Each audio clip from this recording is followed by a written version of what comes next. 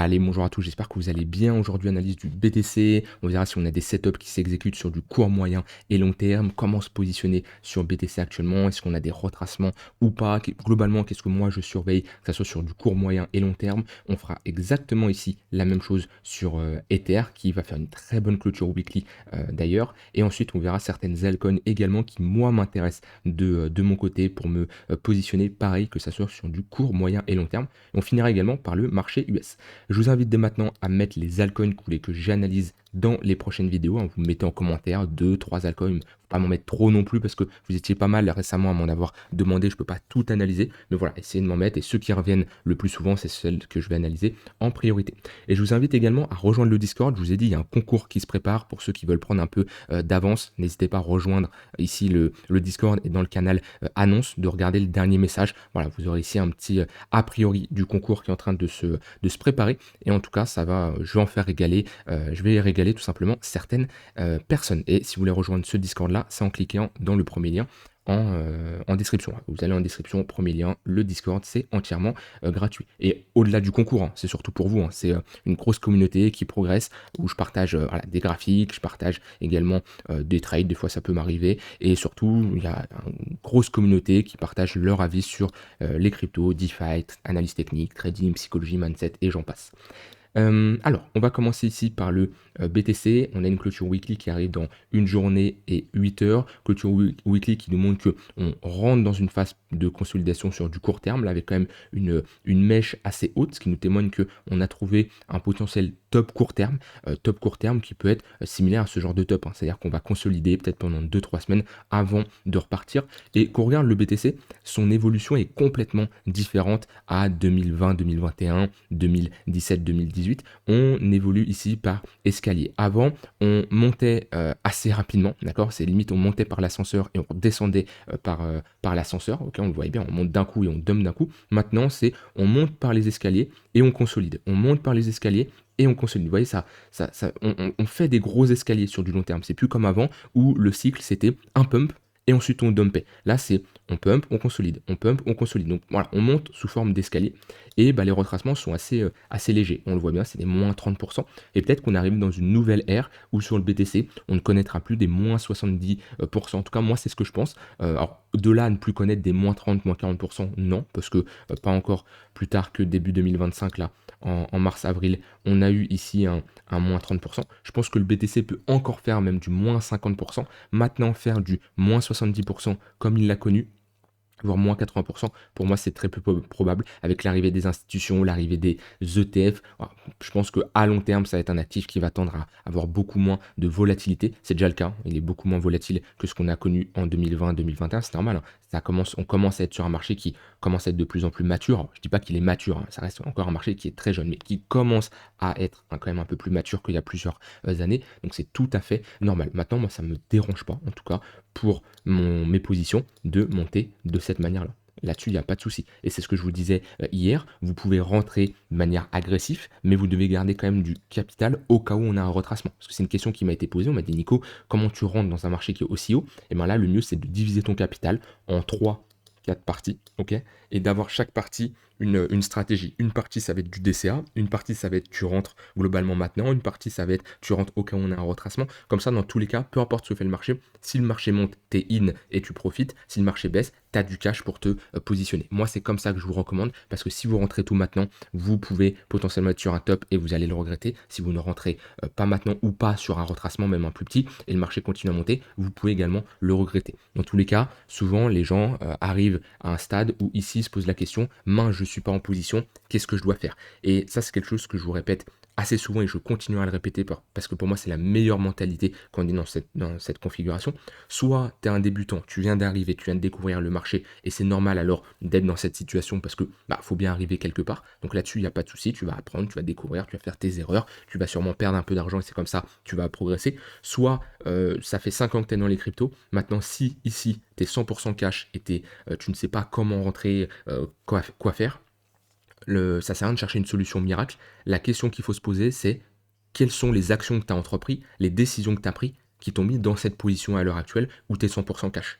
et trouver des solutions pour ne pas refaire ces erreurs-là. Des fois, il n'y a pas de solution miracle, hein, quand on n'a pas qu'on est, que ça soit un mauvais trade, que ça soit qu'on est bloqué. Les personnes qui étaient ici, en drawdown de moins 80 sur l'entièreté de leur capital, il n'y a pas de solution miracle. La question qu'il faut se poser, c'est, bah, comment je fais pour ne pas m'y retrouver dans cette situation, que ce soit dans un futur proche ou un futur lointain? Maintenant, donc ça c'était globalement sur du long terme, hein. Comme je l'ai dit, hein, je vous rappelle, BTC, on est sur des niveaux de prise de profit, hein, 122 000 $. Ça, vous pouvez pas dire que je ne vous l'ai pas dit, ok? 122 000 $, c'est une bonne zone pour prendre des profits sur le BTC. Maintenant, sur du moyen terme, hop, ici, on est toujours dans une dynamique euh, haussière, d'accord? Avec ici des moyennes mobiles qui font toujours office de support. On le voit bien, le 15 minutes au-dessus du 1 heure, le 1 heure au-dessus du 4 heures. Donc là-dessus, RAS pour le moment. Tant qu'on maintient, comme je vous l'ai dit, ce tunnel 1 heure et le niveau des 116 000 $, c'est plutôt pas mal. Maintenant, on voit qu'on rentre dans cette phase de consolidation sur le BTC. On a ici un tunnel 15 minutes qui fait office de résistance. On est un peu dans une phase de compression entre le tunnel 15 minutes et le tunnel 1 heure. Au niveau ici des points pivots, on voit qu'on a posé un bottom sur ce point pivot daily là, posé un top sur ce point pivot daily là également. On oscille un peu entre deux niveaux. Ce que je vais surveiller, comme je vous l'ai dit la semaine dernière, qui nous a ici donné un magnifique setup lorsqu'on est revenu chercher le tunnel 1 heure, au moment de la clôture weekly qui va arriver dimanche soir, dès lundi, moi je vais regarder les nouveaux points pivots weekly, où est-ce qu'ils vont apparaître. Parce qu'on le voit, je vous en avais parlé d'ailleurs la semaine dernière, je vous avais dit, bah, moi je vais surveiller les points pivots weekly, où est-ce qu'ils vont avoir lieu, et qu'est-ce qu'on voit? On a parfaitement posé un top sur le haut ici de ce point pivot weekly, et ici sur le bas, on est revenu chercher le tunnel 1 heure en confluence avec ce point pivot weekly. Pour ceux qui veulent ajouter l'indicateur, hop, vous allez ici, vous mettez DWMYP et vous ajoutez cet indicateur, c'est simplement des points pivots, daily, weekly, mensuel, monthly et yearly, d'accord, que je peux activer, désactiver. Je peux avoir également des extensions. Après, c'est à vous de les configurer. Moi, voilà, mes points pivots, ils sont activés de cette manière-là. J'ai le daily, weekly, monthly. Des fois, je peux les cocher et les décocher en fonction de ce que je veux voir. En général, j'affiche que le S1, R1. Après, il peut y avoir également des extensions. C'est possible, ok. Et après, le style, les daily en blanc, les weekly en violet rose là, et les monthly en gris. Voilà, c'est comme ça que je fonctionne depuis un moment. Donc voilà, ça c'est ce que je vais surveiller au moment de la clôture weekly, parce que là, comme je dis, sur du court terme, on est dans cette phase de compression. En général, moi, quand je cherche par exemple des longues dans une tendance haussière, j'aime bien avoir une convergence des unités de temps. C'est-à-dire que si je trade sur différentes unités de temps, admettons le 1 heure, le 4 heures et le daily, ou ça peut être même le 15 minutes, le 1 heure et le 4 heures, peu importe, j'aime bien avoir une convergence, c'est-à-dire un 15 minutes qui est haussier, un 1 heure qui est haussier, un 4 heures qui est haussier. Et pareil pour la différente unité de temps, ça dépend si je fais de l'intraday ou du swing, j'aime bien avoir une convergence de ces unités de temps. En général, c'est beaucoup plus, c'est pas plus agréable, c'est juste que en fonctionnant de cette manière, bah, j'ai plus de probabilité d'être dans le sens de la tendance. Et si je commence à avoir un 15 minutes qui est haussier, mais un 1 heure ici qui est baissier, et un 4 heures qui commence à être haussier, voire neutre, j'aime pas. C'est-à-dire que je n'ai pas une convergence de ces unités de temps. C'est pas pour ça que je ne trade pas. Je peux trader avec d'autres setups, parce que j'ai des setups de continuation de tendance, j'ai des setups de reversal sur des extrémités. Alors ça, j'ai plusieurs setups que je présente d'ailleurs dans mes programmes, hein, que vous pouvez vous en aspirer, et ce qui me permet de trader dans n'importe quelle condition de marché, mais dans le genre de contexte qu'on est actuellement, c'est plutôt de la continuation de tendance que je vais faire, et pour ça, j'aime bien avoir l'entièreté des moyennes mobiles orientées à la hausse. Comme on prenait ici, par exemple, sur Ether, bah voilà, là, c'est beaucoup plus intéressant d'avoir un Ether qui est sur le 15 minutes, d'accord, qui garde un momentum court terme bullish comparé à BTC, où son momentum court terme, il est un peu moins bullish. Pourquoi? Parce qu'on rentre dans une plus grosse phase de latéralisation. Attention, c'est pas pour ça que le marché va se retourner. C'est juste que là, bah, on le voit à BTC, c'est pas l'altcoin la plus forte. C'est pas l'altcoin, c'est pas la crypto la plus forte. BTC n'est pas une altcoin, c'est pas la crypto la plus forte. Donc moi, si je fais de la continuation de tendance, je préfère me positionner sur des cryptos fortes. Vous voyez, jusqu'à là, à ce niveau-là, BTC était très fort. Jusqu'à là, qu'on a perdu le tunnel 15 minutes, ici, c'est passé une crypto qui n'était pas spécialement faible, mais un peu moins fort que d'autres cryptos. Par exemple, comme je vous l'ai dit juste avant, ici, Ether, qui, elle, est toujours dans son tunnel 15 minutes. Donc je vais préférer clairement trader des cryptos qui restent sur un momentum haussier, on le voit bien. Par exemple, pendant que BTC latéralise, qu'est-ce qu'on voit? Bah, Dogecoin, tous les pullbacks au niveau ici de son tunnel 15 minutes, on a des replis. Donc c'est pour ça, moi, tant qu'on maintient le 15 minutes, je trade le 15 minutes dans le sens du flux. Par contre, quand on le perd, je vais me concentrer sur d'autres cryptos. Parce que si on perd le 15 minutes, ça me montre qu'il y a quand même une petite pression vendeuse sur le BTC. C'est pas la charte la plus bullish, d'accord? En tout cas sur du court terme. Et je vais me préférer me concentrer, comme je l'ai montré, sur d'autres cryptos. Voilà, en tout cas, comme je vous l'ai dit là sur l'intraday, je trade pas énormément le BTC, mais je continue d'avoir cette discipline de regarder tous les jours le BTC, voir les niveaux qui m'intéressent, voir globalement d'avoir un plan, parce que j'ai du BTC sur du long terme, donc je dois savoir qu'est-ce que j'en fais, où est-ce que j'en vends, où est-ce que j'en achète, et je peux avoir également des setups sur du court terme qui s'exécutent. Maintenant, pour le moment, j'exécute beaucoup plus de setups sur les autres cryptos.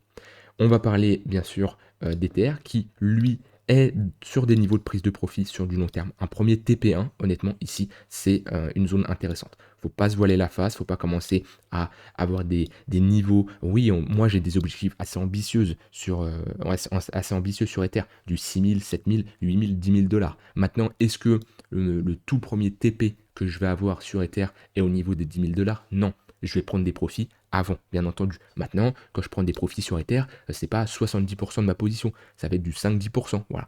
Étape par étape, petit pas par petit pas, on a un prix qui monte, on prend ses profits sur la montée. Et quand on a un prix comme ça qui passe de 1400 à 3500, c'est plus qu'un x2 en aussi peu de temps, oui, ici, on est sur des premiers niveaux pour alléger, d'accord? Et ça par contre, il faut en être conscient et il faut l'avoir dans votre stratégie. D'accord? C'est pas là, vous rêvez, vous faites ah oui, tiens, Nico, il a dit que ici c'est intéressant de vendre, je le vends. Non, parce que ici, si vous ne procédez pas de la manière que j'ai dit avant, c'est-à-dire avoir une stratégie de prise de profit, savoir où vous vous vendez, c'est là où vous pouvez clairement être impacté émotionnellement parlant par d'autres éléments externes. Ça va être des vidéos, comme vous la regardez actuellement. Ça peut être en fonction de l'évolution du marché. Ça peut être en fonction de votre état émotionnel, en fonction de voilà votre vie perso, votre vie pro. On ne sait pas ce qui peut se passer. Là, automatiquement, ça peut affecter vos décisions sur les marchés. Parce que ça, c'est quelque chose que j'aime bien dire. Mais le marché, on a tous la même information. On a tous le même prix qui est affiché à l'instant T, là, 18h25, 3550 dollars sur Ether. On voit tous la même chose. Maintenant, notre perception de cette information est totalement différente en fonction de comment on a été formé, de notre expérience, de notre état émotionnel à l'instant T, de énormément de facteurs. Ça, c'est vraiment important de le comprendre. Et ce qui est important, c'est que tous ces éléments externes, il faut les enlever. Comment on les enlève? On les enlève en ayant un plan. C'est-à-dire que si dans votre règle, dans votre stratégie de trading, vous avez fixé 3400 dollars, c'est un niveau pour TP, pour prendre des profits, peu importe que vous soyez fatigué, que vous soyez malade, qu'il s'est passé ça à votre taf, du coup, vous en avez marre, que vous êtes saoulé pour X raisons, que vous avez pris 3 stop-loss d'affilée sur l'intraday, si dans votre plan, c'est noté 3400 vous vendez, vous allez vendre. Comparé à si vous n'avez pas ça comme stratégie, vous n'allez pas respecter votre plan, enfin vous n'en avez pas dans tous les cas, et c'est plutôt vos émotions qui vont prendre le contrôle. Donc ça, pour quelqu'un qui débute, qui regarde mes vidéos, il doit se dire qu'est-ce qu'il me raconte lui d'émotions, de nanana, moi je veux juste acheter et vendre, et je veux pas être saoulé avec ça. C'est normal, on est tous passés par là. Par contre, dans 1 an, 2 ans, tu reviendras, tu me diras Nico, j'ai compris, c'est principalement de la psychologie, et oui, je débutais, donc c'est normal que j'étais comme ça. Mais là, ce que je dis, c'est fondamental, c'est primordial, et tu t'en rendras compte avec le temps, et les anciens qui sont déjà un moment dans les cryptos, qui m'écoutent, savent à quel point c'est important d'avoir une stratégie de prise de profit. Maintenant, attention, je ne veux pas vous faire peur, Ether reste ici dans une tendance haussière, dans une phase de consolidation. Tant qu'on tient les 3480, c'est plutôt pas mal. Si on perd les 3480, un petit signal baissier court terme, rien d'alarmant non plus, mais ici, une pattern de top. Là, on perd le tunnel 15 minutes. Là, dans ce cas-là, grande chance de retourner chercher ici le tunnel 1 heure vers les 3200. Voilà, c'est le bon objectif, c'est-à-dire cette semaine, s'il doit y avoir un potentiel long en mode swing qui se prend sur Ether, un repli de moins 10%, c'est possible avec la volatilité qu'on a eue. Est-ce que là on a un repli de moins 10%? Ça y est, c'est la fin, c'est direction 2000 dollars, ça va paniquer sur les réseaux. Si on a un retracement d'Ether à 3200, ça va paniquer parce qu'il y a sûrement du monde ici qui est rentré, qui a FOMO récemment, donc ça va paniquer. C'est là où il y aura des opportunités pour rentrer en position. À voir également le nouveau point pivot weekly où il sera. Peut-être qu'il sera vers les 3002, 3003. Si on a une confluence entre le tunnel 1 heure et le point pivot weekly, c'est encore mieux. Mais voilà, moi je suis toujours dans cet état d'esprit de, au vu du contexte de marché, les replis, s'il y en a, ça sera très intéressant de les acheter. Maintenant là, on est plutôt dans un contexte où ça va être surtout sur l'intraday, où je vais me concentrer pour faire de la perf, pas spécialement sur du moyen long terme. Il me faut des replis beaucoup plus importants pour rentrer en position, notamment revenir chercher ce tunnel 1 heure, voire même ici le tunnel 4 heures vers les 2800 dollars. On serait encore plus sur du long terme. Mais là, sur du court terme, Ether, eh ben, on reste dans son tunnel 15 minutes, on reste dans un flux haussier, on le voit bien. Des creux, des sommets de plus en plus haut. On est un peu dans un petit range. Là, on a une petite structure de top en 1 heure. On le voit bien. On a pullback, la ligne de con s'est fait rejeter. Voilà, on range ici entre deux bornes. Si on commence à perdre, comme je l'ai dit, 3480 par là, grande chance d'aller chercher le tunnel 1 heure. Sinon, si on réintègre ce niveau, les 3006, on aura de grandes chances d'aller faire ici un nouveau sommet et d'aller chercher les 4000 dollars. Avant d'analyser BTC Ether, on va analyser le SP500, le marché US qui reste très intéressant. On fait ATH sur ATH. De toute façon, c'est quelque chose, vous regardez mes précédentes vidéos, c'est quelque chose que je vous en ai parlé avant que BTC fasse un nouvel ATH. On était le 1er 2 juillet ici. Donc à ce moment-là, BTC était, on en était au 1er 2 juillet. Voilà, on était à ce niveau-là.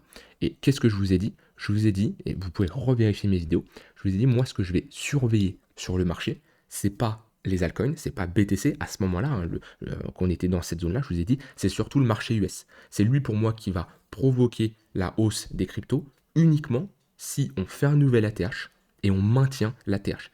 Et l'ATH a été réalisé ici au moment où on est passé au-dessus de ce niveau-là. On voit qu'on a pullback, on a eu de l'acceptation, c'est-à-dire qu'on n'a pas réintégré rapidement. Et ça, voilà, comme je dis, j'aime pas dire, je vous l'ai dit, ça fait un peu prétentieux, mais c'est pour vous faire comprendre que des fois, ce n'est pas uniquement en fonction des cryptos qu'il faut, enfin, ce n'est pas que les cryptos qu'il faut analyser, que le BTC. Il y a toute la macroéconomie derrière et le SP500, on a quand même une forte corrélation entre BTC et le SP500.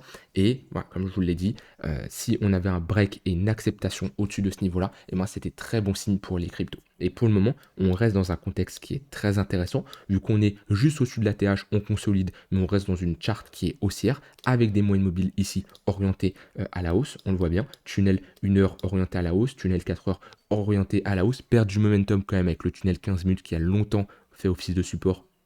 Et là, on le voit bien, on a quand même une perte de momentum, mais qui est très léger. On reste dans une phase de latéralisation, précédée par une dynamique haussière, plus de chances d'en sortir par le haut. Donc ça, c'est plutôt pas mal, que ce soit S&P ou Nasdaq. Nasdaq, c'est également pareil, on voit bien, tunnel 1 heure qui fait office de support, on fait un nouvel ATH, voilà, c'est très intéressant. Et tant qu'on a ici des indices qui sont orientés à la hausse, automatiquement, on aura de grandes chances d'avoir des cryptos qui performent de leur côté.